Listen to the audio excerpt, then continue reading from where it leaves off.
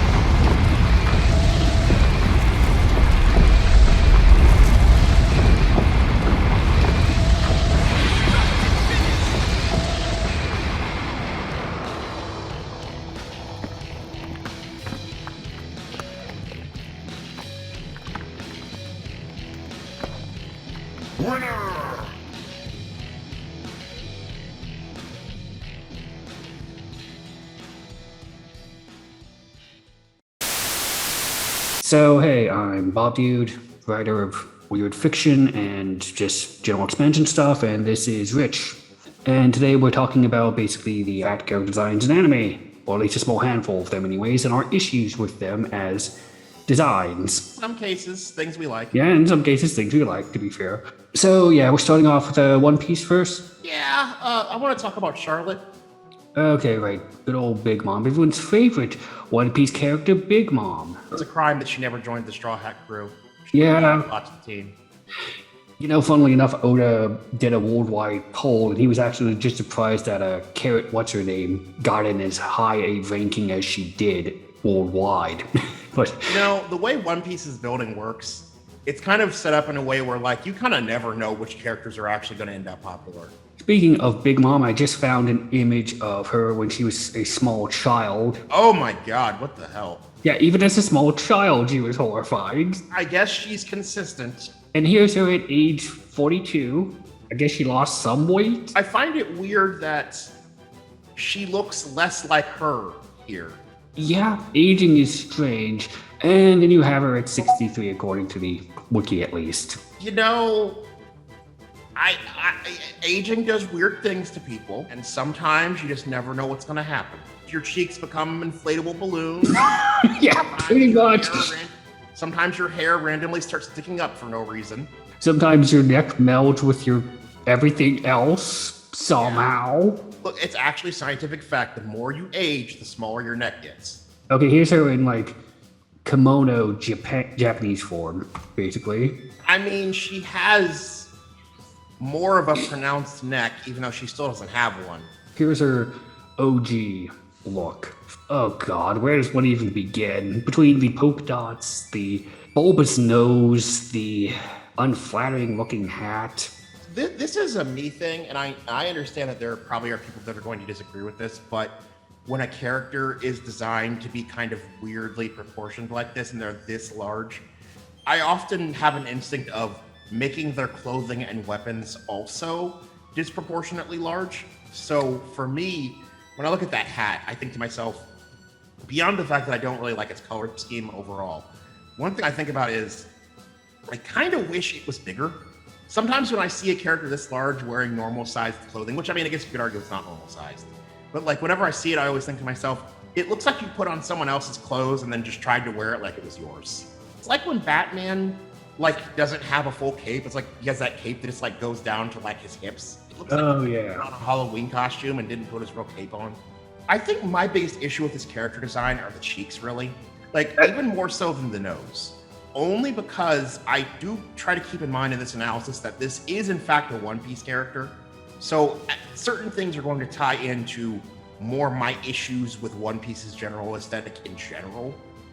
Yeah, that's always been my issues. Like a lot of these character designs and just the gonk anime trope in general just go for these pointless freaking lines. Like you take out the lines and I mean, as a kid she was still horrifying, but she didn't look as horrifying. She was at least a little cute-ish when she was like 5. That's part of the thing is that like characters like this can't just be ugly.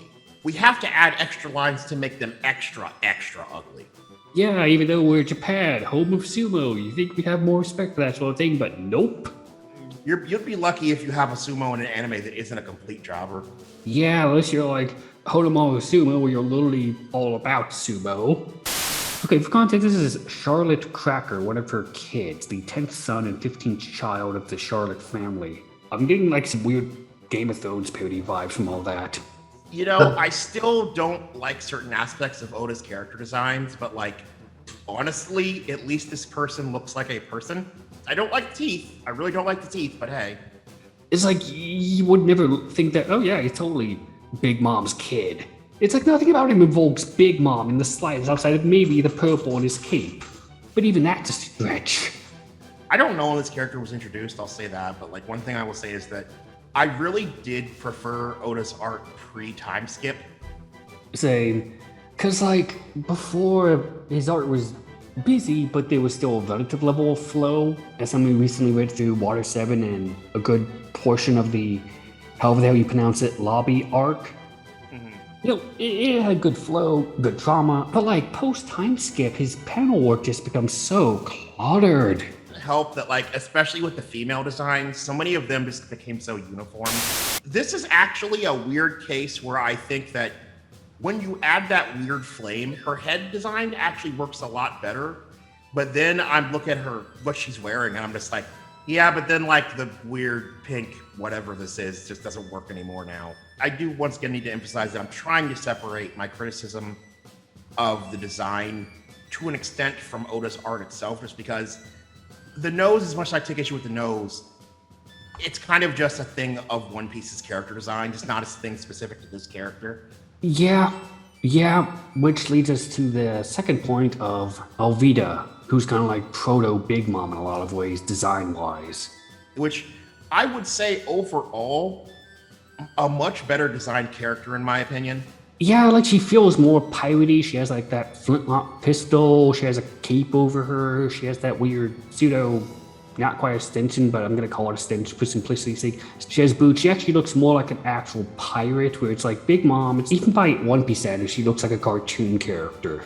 Where it's like with Alvida, she's at least relatively more grounded, as over the top as her design is. Then like, there's still the issue of like, I don't understand why it's such a thing where you make the character fat and for some reason their arms and legs get shorter. You look at her when she's thin, it's not even the same person.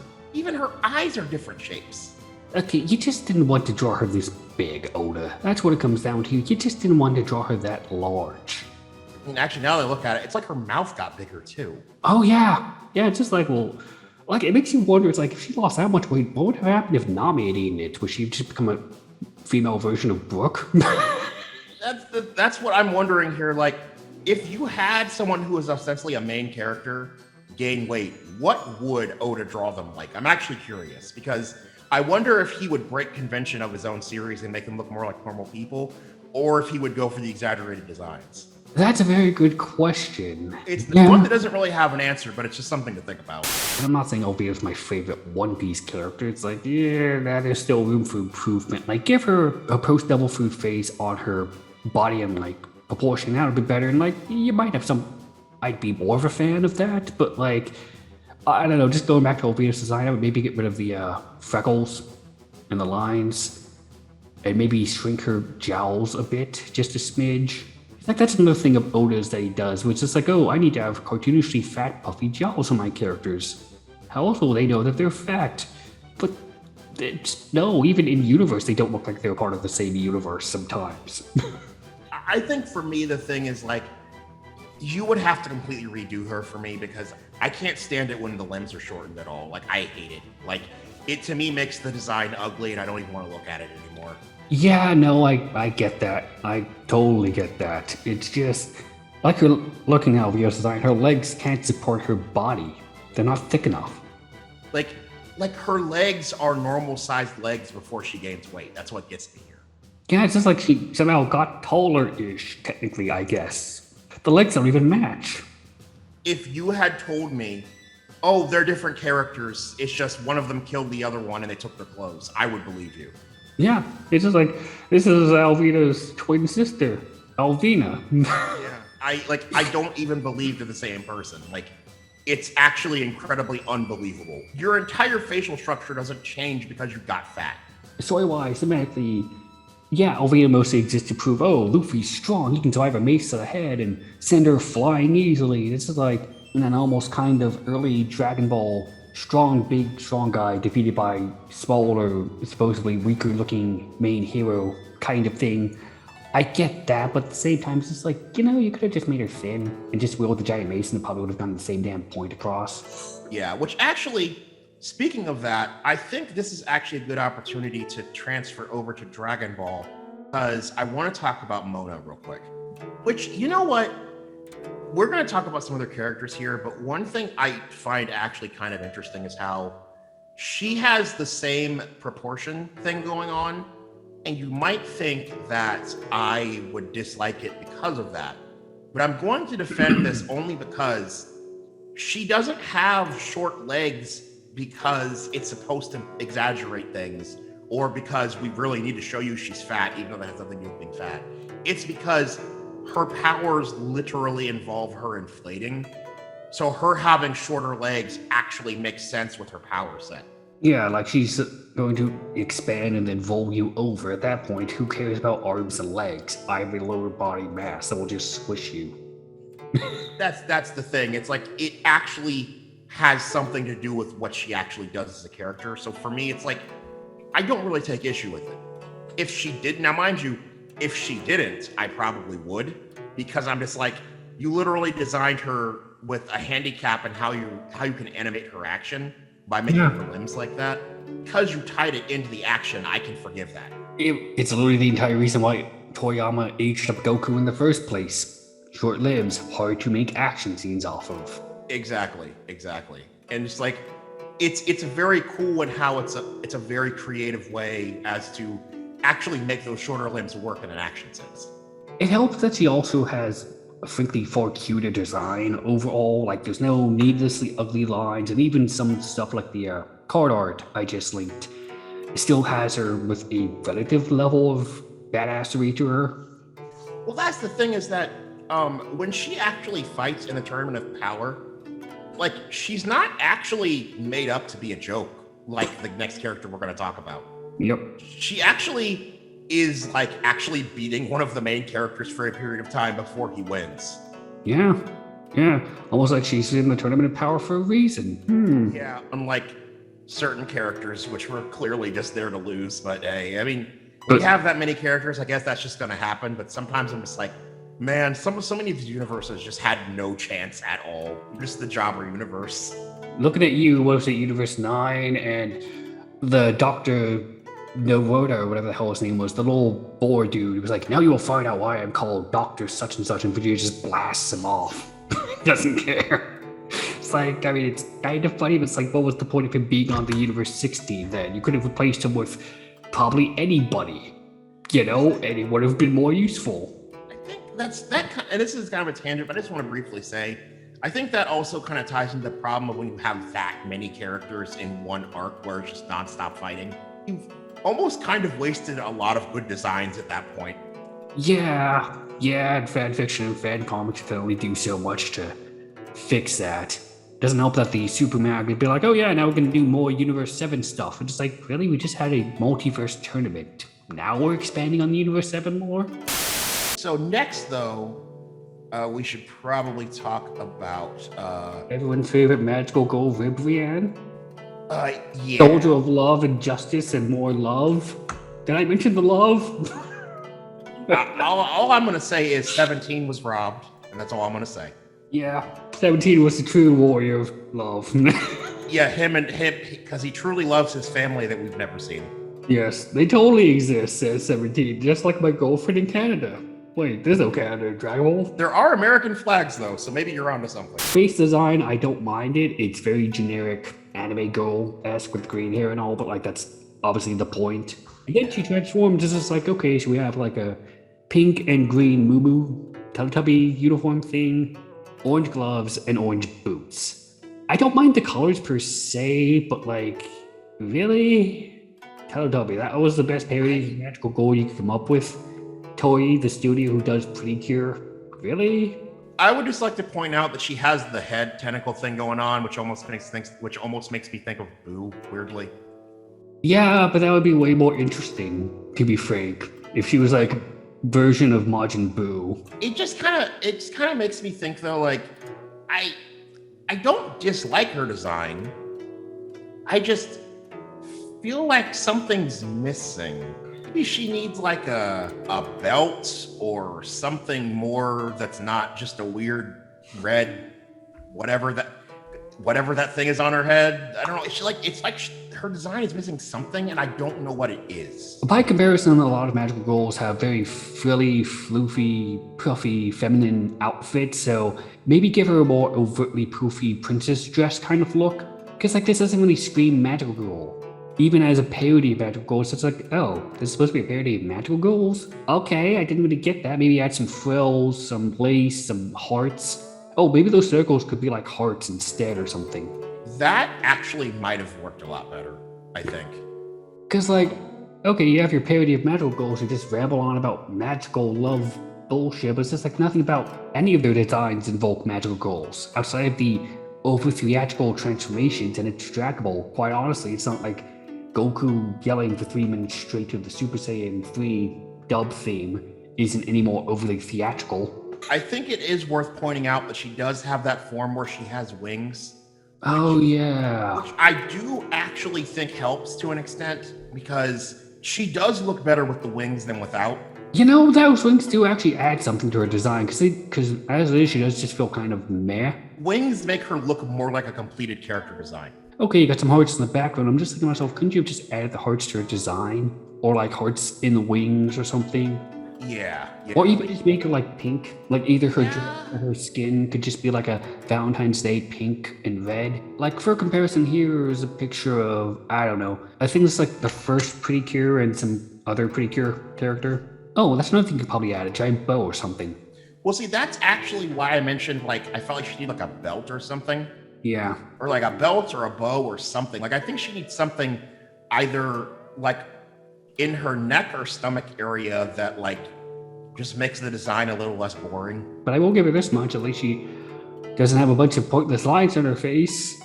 So, something. Yeah, that's the thing. Like, really is a case of a design where I'm like, it could have been better, but I still really like it. Could have been better, but I still do like it overall. Like, yeah, I don't love it, but I like it enough. It doesn't annoy me anywhere near as much as Big Mom's space design does, where it's just like, why would you do that, Oda? Yeah, it's still not as good as Mona's design, but at least it's something. You know, honestly, thinking about it, I'd probably just combine Mona and Vivienne into one warrior, love of justice, or whatever. But there are other Dragon Ball characters that we can talk about. For instance, perhaps one that's a little out of left field, but the Eastern Kai. Oh yeah, she's technically filler, but screw it. Canon is what you think of it, in my opinion. At first, when I looked at her, I wasn't really impressed, but honestly, she's fine. Like, it helps that she has the same build as North Kai and the Purple Kai. Like, by comparison, the Fish Lip Kai weirdly stands out more in comparison to the rest of his siblings, strangely. Like, she actually looks normal next to, like, the other Kais. Yeah, and you could say, well, she's not technically canon, but it's like, I don't know, there's a North Kai and a South Kai. So it's like, is there really, like, is it that far to assume that there's a off-screen East Kai somewhere? Here's what I'll argue. I would argue that she is canon. It's just the Otherworld tournament specifically isn't canon. Like, because even the Grand Kai is a canon character. It's just that the tournament that we first saw him in isn't. Because, like, I know Goku mentions, oh, there was a bunch of strong, like, there was no one to really challenge him in the afterlife, technically. Because, you know, he has retroactively Super Saiyan 3, but regardless. But yeah, design-wise, I do think she's cute. She's not, like, ideal, but she's at least she's consistent with her siblings. And that's really the thing of it. It's just like, a lot of these designs, it's like they aren't consistent with the rest of the universe. She also doesn't break Dragon Ball's art style. Exactly. That's another thing. It's like, even when you're drawn by the same mangaka, they still come off as just like, you come off like you're from a completely different universe. And for what? The same lazy punchline we've gotten in other series before? Ooh. Yeah, which, I mean, I'd just like to point out, this is how I feel about a lot of things. Being fat in of itself is not a joke. Poop is not a joke in of itself. A burp is not a joke in of itself. There needs to be something more to it that actually makes the punchline, you know? No, don't tell the Ariel from Dr. Slump that, or she'll probably crucify you. It's like, how dare you? Poking poo with a stick is hilarious. No, it's really not that funny, kid. You need to expand your sense of humor. You know what the funny thing is, as a kid, I always thought to myself, oh, it's ice cream, right? No. I mean, unless you like talking Bobo Soften. I think, even in his case, that might be one of those things where it's like, he actually might be the thing that we wish he wasn't. But that's a different story. It doesn't help that Pooh doesn't actually look like that at all. Not even remotely. Yeah, so we have Banyu here. I actually really, really like her design a lot. Like, I really like her design. Actually, though, there's only one thing I don't like. And I couldn't put my finger on it until I really started to think about it for this video. And I realized it's because she has those tight shorts instead of just exposing her legs like every other member of the Ginyu Force. You know, not every other member, but unlike some of the other members. Yeah, I don't know. If it was me, I would give her like Goldo's full body shorts myself, just for more consistency's sake. Well, see, that's my thing. I would either go the full body or give her Captain Ginyu trunks, because I feel like the shorts, I don't know what it is. It's not that I dislike it. It's just that I feel like the shorts don't complement her design as well. Yeah, they call attention to themselves and not in a good way. And actually, if anything, the reason I said the trunks and not the full pants is just because I think her design could use a little bit more red in it, which is why I would just get rid of the shorts entirely. That's fair. Like, give her like, I don't know, like maybe she just doesn't have sleeves and it's just red.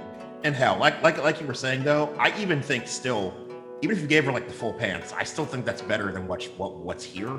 But that's just me.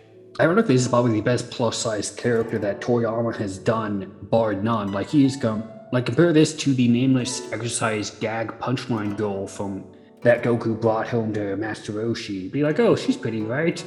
And Roshi being a man of vanilla tastes is like, no, try again, damn it. And now, I can't remember, wasn't there like some filler scene where like Android 18 was shopping and some like fat woman punched her in the face?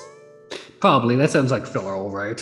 Yeah, like I'm trying to remember if this was like some weird fan comic I read where like 18 like went shopping and like beat up a fat woman in a mall or something, or if that actually happened in filler or not. Do you remember that one character in the red dress from the Buu saga that harangued Bulma? Maybe that's who I'm thinking of. That might be her, because like, I mean, she was still pretty on the oogly side of things, but it's like compare and contrast. Like, even she at least fit Dragon Ball's art style. Yeah. I'm actually looking at her right now. Her head is still weirdly big, but she at least looks like a Dragon Ball character. I mean, to be fair, as the late fetish artist Gainover once commented, it's like Dragon Ball characters always have kind of large heads. Yeah, they do, especially like pre-Frieza saga. Oh yeah, because you definitely have that gag influence from Dr. Slump. Going back to Banyu, Like, it helps that she's vaguely muscular fat, not blob fat. She's like striking that good balance of looking like she's actually still a fighter. Yeah, like she actually has a relative level of dignity about her design. On that note, now I think we should go ahead and go to Silver Spoon. Silver Spoon, I've only read a few bits and pieces of it, never watched the anime. I'll admit, I mostly know the series by way of Tamako Inada, and if I'm mispronouncing that, I apologize. Silver Spoon fans. I look at her design from like anime, and you can already tell she's not naturally fat, which is part of the so-called punchline, mind you. Like, for context, here's the image of her from the wiki where she's normal. Yeah. If her face somehow grew in proportion to the rest of her, she'd look better. But it also doesn't help that she's just a grumpy grump. This is clearly a character who is designed to not be fat that was made fat. Yeah. I hate to put it that way, but... yeah. Which, like, that's the entire punchline. Oh, her name means, like, egg, and she's shaped like an egg, but she's actually not actually egg-shaped. Nah, you don't say. The way this person drew her is way better. She looks like a real person. She's drawn with the neck here. Yeah, it's fan art, but I think it helps that, one, there's a lot more shading, and there's a sense of power with her build. Because, like, the eyes and the nose just don't fit the rest of her face when she's fat. It's because they shrank all her facial features. Oh god, no wonder I don't like her freaking face. She actually has, like, this gigantic jaw. Oh god, no wonder she has that uncanny valley effect going for her. And also doesn't help that her lips get a bit thicker, too. They get thicker, and then, like, everything gets shoved up and scrunched up at the top. I think it's kind of a shame with her because I actually think this is a case where her design would have been perfectly fine if they didn't do that uncanny valley thing with the face. If the neck was the only thing, I wouldn't be as bothered. The problem is they made her neck that way and they scrunched her face up to attract even more attention to the neck. Yeah, and it's just like, but why? Like, she's already plus size. That's attention in of itself. You don't need to make it more caricature-y than it already is. Especially when you have to change her design just to make her thin. But you want to talk about Roboco real quick? Yeah, screw it, why not? Here's what I'll say about her design. It's not my thing, but the reason I'm totally okay with it is because she looks like a character is supposed to look like in this world. Yeah, for comparison, here's a more full-body version of her from the manga. And also, here's one in a swimsuit. Not even for fan service, but I'm putting the swimsuit picture up because I think it's worth pointing out that she, like, still has a body you could actually imagine a female having. Yeah, like, as much as the manga early on poked fun at the whole, oh, she's not like your standard traditional cutesy order-made type. I will give them this much, the worst recurring joke about her body they have is that her knees are like Nappa from Dragon Ball. I'm glad you mentioned that because I literally just found a picture that had her knees in it, so there you go. Yeah, just like, you know, I'm starting to wonder if this whole manga is just an excuse for I could just indulge in this buff knee fetish, which, I mean, more power to the guy if it is. That's a fair question because he puts more detail into those knees than any other part of her body. Yeah, like, and you could say, well, that's part of the joke, but it's just like, it's not that funny. Buff knees on a robot girl made, okay? No, I'm not seeing the comedy here. That's not inherently funny in of itself. I will say that, like, in retrospect, like, I found this picture here showing her thin. I think thin her looks really boring. That's part of the thing. Like, even the one semi-reoccurring other order maid who's more traditional but serves like rich Bowtie Kid. I will admit, I do like Bondo's friends. Bowtie Kid and Gorilla Kun, or whatever the hell his name is. They're fun characters. You think, oh, they must be his bullies, but it's like, no, it's kind of a, you know, ragging you on as friends rag on you kind of way. But they're both good kids. But like, even his rich kid's order maid, like, still looks up to Roboco. Like, there's still something of a personality, but God, if I wouldn't be able to tell her apart from all the other male order maids. Oh God, okay. We need, I'm gonna put this in the video, just because, like, it's nothing to do with anything, but this picture needs to be in the video. You know, I could totally see Roboco going through an All Might phase of, have no fear, citizen, for I am here. Roboco, why are you dressed under the American flag? You can't appropriate American culture like that. Shut up, Bondo. Anybody watching this might think we might not be as positive about her design as we are, but honestly, there's nothing really overtly wrong with it. It really isn't like, okay, she's buff/thick, but she at least It helps that she has the classic kind of the little round nose you don't see too much in character designs anymore. It helps give that kind of gag maga throwback kind of vibe. Almost reminds me of Ariel from Dr. Slump in a way, strangely. Though I gotta be honest, I kind of like Robico more than I do Ariel, as heresy as that is. Well, I think the thing about Robico is that she's more of an actual character. She's more of an actual character, like there's actual hints of her backstory. It's somewhat played for laughs, but there's like this reoccurring scientist guy who will come after her with these robots, and like these other robot guys be like, we must bring you back to the fold of the organization, and Robico's like, but I don't want to join your organization again. Your organization was dumb. Like, it's all played for laughs because it's a gag man, but there is actual relative backstory to her. Yeah, like it's got gags, but it's not as much of a gag. I would argue it's not as gaggy as really. It really isn't, and I think that's kind of why I like it. Like, it has just enough actual heart to it. Like, to this day, I still like the solo chapter that focused on the rich friend character, because it's like, oh, he's actually got depth to him. Or like, even Gorilla, the kid who literally looks like a human mini gorilla kid, even he has a fucking personality and like siblings, and he's a nice kid, and even he isn't just the mono one-dimensional bully character you might think he is at first glance. Which, thank God, because look, here's the thing.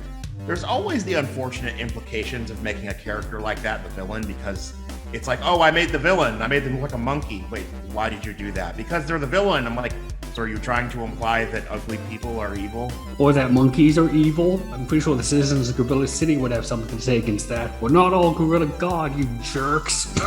Waiting on Injustice 3, but that's a different story entirely. Injustice 3, but Robico is the guest character who solves everything. Suddenly it becomes the best-selling game of all time. The crossover no one wanted but got anyways. I can just imagining Robico trying to interact with the DC universe and be like, no, you're all weird and dumb. I'm gonna go back home to Japan now, bye. I mean, honestly, she probably would become a member of the Justice League, because, I mean, she's powerful enough to be. Yeah, pretty much. It's Real Drive.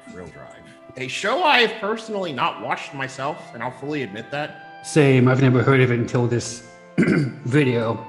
I literally only know about it because, like, at the time it came out, or at least when the anime came out, I saw, like, people talking about it who usually wouldn't even talk about stuff like this, literally saying, like, wow, they didn't give her a horrible design. I don't know if this is the same character, but I just found this in the image search. Yeah, so she is the main character of the series. Okay. I really like this design. It's a bit generically anime, but I'll take it. You know, at least she actually looks like an actual human being. These characters just look like they have, like, more realistic looking female bodies in general.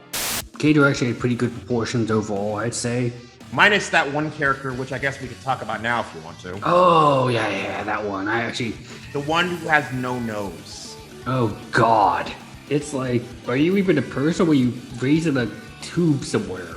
Yeah, like, she has no nose, and her pigtails are like zero gravity. At least with the green girl from Dragon Ball Super, she's an alien, so the weird pigtails make a little more sense. Also, it kind of just fits Dragon Ball's art style better. Yeah. In Keijo, it just looks weird because, like, nobody else has hair even remotely like that at all.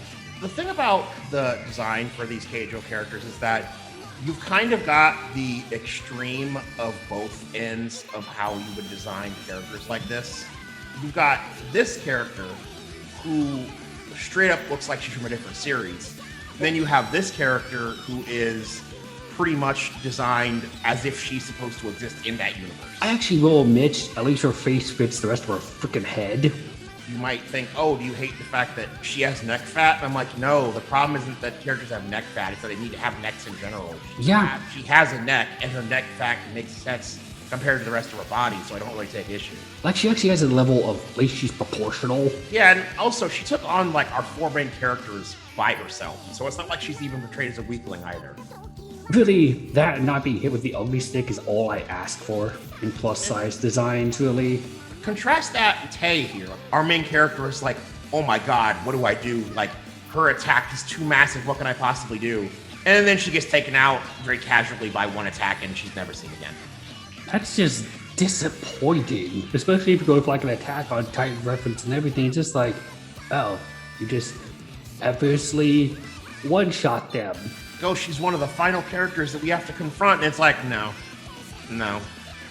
I see something that massive, and I'm like, oh, like, she's actually going to be, despite her design, they're going to take her super seriously, and they might actually have to, like, work really hard to beat her. And it's like, no, they just kind of knocked her out. Nagisa's weight is actually acknowledged as a problem the characters have to work around when they're fighting her. So, like, geez, we actually have to think about this because she's heavier than us, so it's not as easy to push her around. Especially since this is a sport where you can't just punch someone. But then this character who's built up as like one of the final bosses, it's built up even more how her size is a factor, and then it's like literally the exact opposite. It's like, nah, nothing. It doesn't even matter. She gets knocked out like it's not even hard. In the manga, she looks way worse. Oh, God. What happened to her?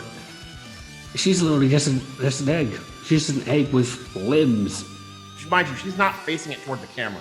But I look at the design and I'm like, you have no ass. Like, you literally should logically have no ass. Like, you have a torso that goes straight into your legs.